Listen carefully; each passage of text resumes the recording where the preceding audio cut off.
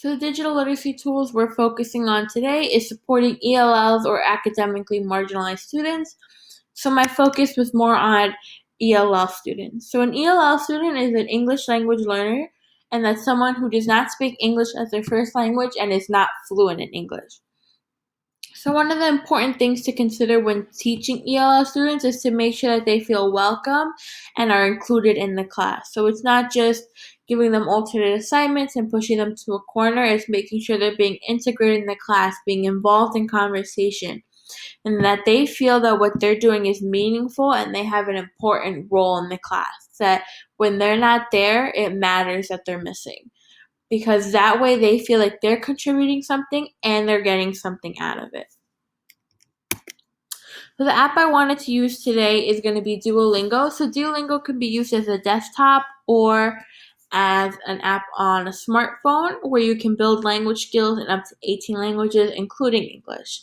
So students have the opportunity to pick a language as well as their goal and how much time they want to commit to learning a language per day. The app uses a variety of activities to help develop an understanding of the language, from building sentences, translating words, writing sentences based on hearing activities, and it is free. It can be upgraded, but everyone has access to it. So some of the benefits of Duolingo, first being that it does have a podcast. So the podcast portion of it is just listening to simple stories in whatever language the student chooses. For this purpose, it would be English. And because they're done very slowly and they use easy vocabulary, it helps the student build on their skills without feeling too much like they're falling behind. And then you can also set goals. So students can set specific goals so they can build academic vocabulary, but also take lessons in vocabulary and topics they find interesting. The student can say, okay, I want to build my academic vocabulary to what is considered a level 3 in 2 weeks. This is what I have to do. This is what so much I've done, and this is what's left. So it really holds them accountable, and it lets them make a plan for how they're going to reach the goal. Another important thing it has is variation. So the program allows for language skills to build with a multitude of different activities. The activities vary in ways that it can appeal to a lot of different learners, and since they're made to be like games, they're fun and engaging. Okay. So some of the drawbacks of Duolingo, the first being from the teacher's perspective of tracking progress.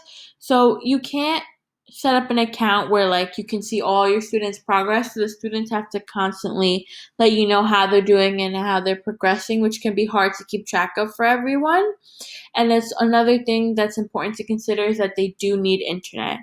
So although it's a great tool to help children build language skills inside and outside the classroom, if they don't have access to internet or a smart device, then it can be something they can only do in school. So it's important to figure out and make sure it's something that it's accessible to all students and not just students who have internet service. So these are two of the quotes from the readings that I thought were important. Extending the walls of the classroom and the reach of teaching materials to include learner-selected language in oral, written, and other visual forms that were meaningful and authentic.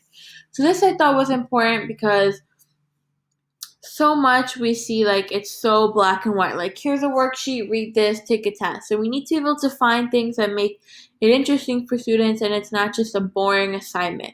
So the app allows a lot of gameplay to happen while building language skills that keep them interested while giving them a lot of different forms of learning instead of just simple assignments that we're so used to.